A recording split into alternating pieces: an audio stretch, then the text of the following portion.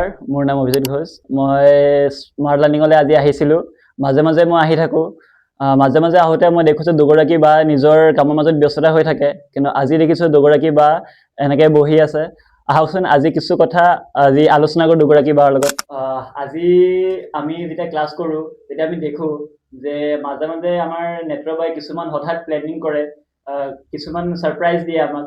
যেনেকৈ আমি সোমাই আহিলে কিছুমান টপিকৰ ওপৰত ক'বলৈ দিয়া, যিবোৰ আমাৰ প্ৰিপেৰেশ্যন নাছিল। আজি আমি শুনিব বিচাৰোঁ যে বাৰ এনেকুৱা সেই অভ্যাসটো আকৌ এতিয়াও আছেনে? আচলতে মোৰ প্লেনবিলাক হঠাতে সলোৱা হয় আৰু মই ইমান বেছি চিন্তা কৰি নাথাকোঁ। কথাটো তেনেকুৱা, যদিহে কিবা এটা কাম কৰিম বুলি ভাবিছোঁ, কাইলৈ কৰিম, কাইলৈ কিয়, আজি কৰোঁ, আজি কিয়, এতিয়া কৰোঁ। মোৰ বোধেৰে মানে মোৰ চিন্তাটো তেনেকৈ আহে আৰু মই কিবা এটা কৰিম বুলি ভাবিলে খুব হঠাতে কৰা হয় আৰু মই ইমান বেছি ভাবি নাথাকোঁ। ৰিজাল্টটোৰ কথাটো নাভাবোঁৱেই। কিছুমান কাম কৰিবলৈ হাতত ল'লে মানে কামটো কৰি যাওঁ, ৰিজাল্টটো যি হয় দেখা যাব।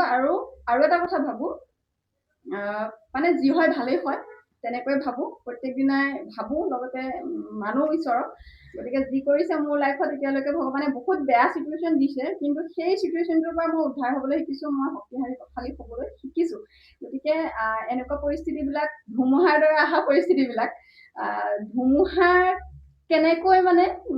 লগত কেনেকৈ সন্মুখীন হ'ব লাগে সেইখিনি শিকাইছে মোক পৰিস্থিতিয়ে।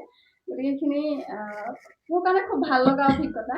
আৰু এটা কথা এইখিনিতে ক'ম, যিহেতু ক'লোৱে যে মই কামটো কৰি যাওঁ, ৰিজাল্টটোৰ কথা কেতিয়াও ভবা নাই। আৰু মই কিবা এটা ডিচিশ্যন বা কিবা এটা সিদ্ধান্ত লোৱাৰ পাছত সিদ্ধান্তটো ভুল বা শুদ্ধ এইটো ভাবি নাথাকোঁ।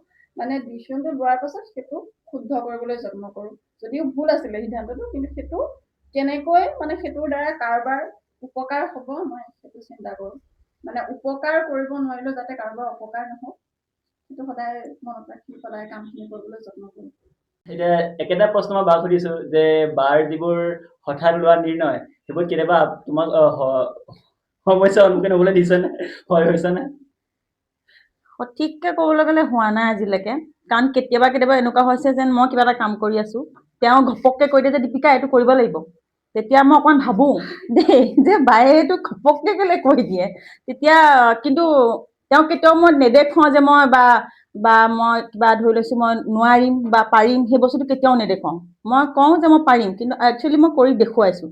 তো মই তেওঁ সেই মানে পটককৈ লৈ যোনটো ডিচিশ্যন, সেইটোত তাৰমানে মই যেন বা কিবা বিপদত মই পৰিছোঁ বা তেওঁ যে মোক পেলাইছে, মই সেইটো নাভাবোঁ কেতিয়াও। আজি দুয়োগৰাকী বাৰ লগত কথা পাতি ভাল লাগিল। বহু দিনৰ মূৰত এইবোৰ কথা আমি বিলোচনা কৰিছোঁ নিজৰ মাজতে। আজি ভিডিঅ'টো ইয়াতে সমাপ্ত কৰিছোঁ। আপোনালোকৰ যদি কিবা প্ৰশ্ন থাকে আমাৰ চেণ্টাৰটোলৈ বা বালৈ, কমেণ্ট বক্স অপেন আছে, আপুনি কমেণ্ট কৰিব পাৰে। আৰু লাইক, শ্বেয়াৰ, ছাবস্ক্ৰাইব কৰি দিব আগন্তুক ভিডিঅ' পাবলৈ কাৰণে। ধন্যবাদ।